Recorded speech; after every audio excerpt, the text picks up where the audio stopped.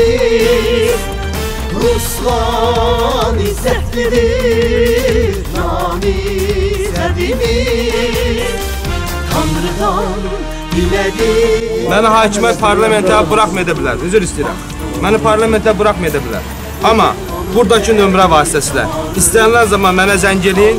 Mən seçkidən sonra da bu məntiqədə olacağım, seçki vaxtında da burada olacağım və gücüm çatan bu dairəyə kömək eləyəcəm. Haqq yolundur, səsimizi tanır bizim. Vətəndaş deyəcək ki, mənim vəkilim Ruslan İzzətlidir, hakimiyyətin burada vəkili isə Hüseyin Bala Əmrallamovdur. Hakimiyyətin vəkili olmaq önəmlidir, önəmli sizin vəkiliniz olmaq.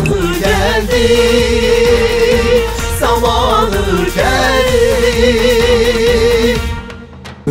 Ruslan müəllim, biz bu, yəni Erkəsədən uşaqları, yəni sizi bu sözü dəstəkləyəndə bizə tapılacaq bu yoldaşlar konusunda. Yəni, müharifən, səsləməni biz sözü işləyəcəyik. Yəni, bizim də elə istədiyimiz ki, qeyrin məsələm su qabatdır, bizə də olardır. Həm də gənc qardaşım, mən inanıram ki, deyilən işləməsində gələr. Biz səsləməni sözü. Sağ olun, Allah razı olsun. Yəni, can dildən, bu uşaqlar məhlə yaşlanır, mən də orada məsələn qalacaq, hərəkət edəyərəm ki, səs verməni işlək edir. Sizin dəstəyinizlə Allahın iznilə yaxşı olacaq. Uğurlar sizə. Sağ olun.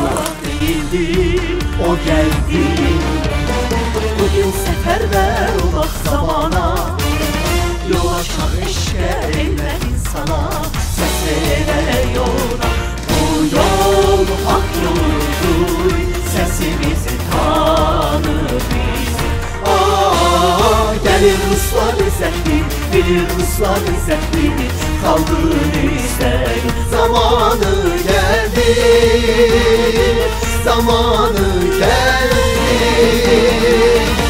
30 manat, 150 manat bir pensiyona pul verəndə hansı çiçəklərin Azərbaycandan danışmaq olar? Mən bu hakimiyyətə demişəm ki, televiziya vasitəsilə və debatlarımda bugün Azərbaycan çayxanana baxırsan, gənclər ordusudur. Bu gənclik evsizdir, işsizdir. Hansı çiçəklərin Azərbaycandan danışırsan? Zamanı gəldi, çıxdıq yola biz. Ruslan izzətlidir namizədimiz.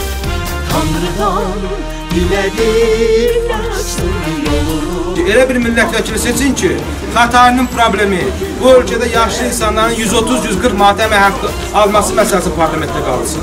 Bu ölkədə gənclərin evsizlik və işsizlik problemi qalsın məclisə. Bu ölkədə təhsildə rüşvətin baş alıb getməsindən danışsın. Rayonun abadlıq problemindən danışsın.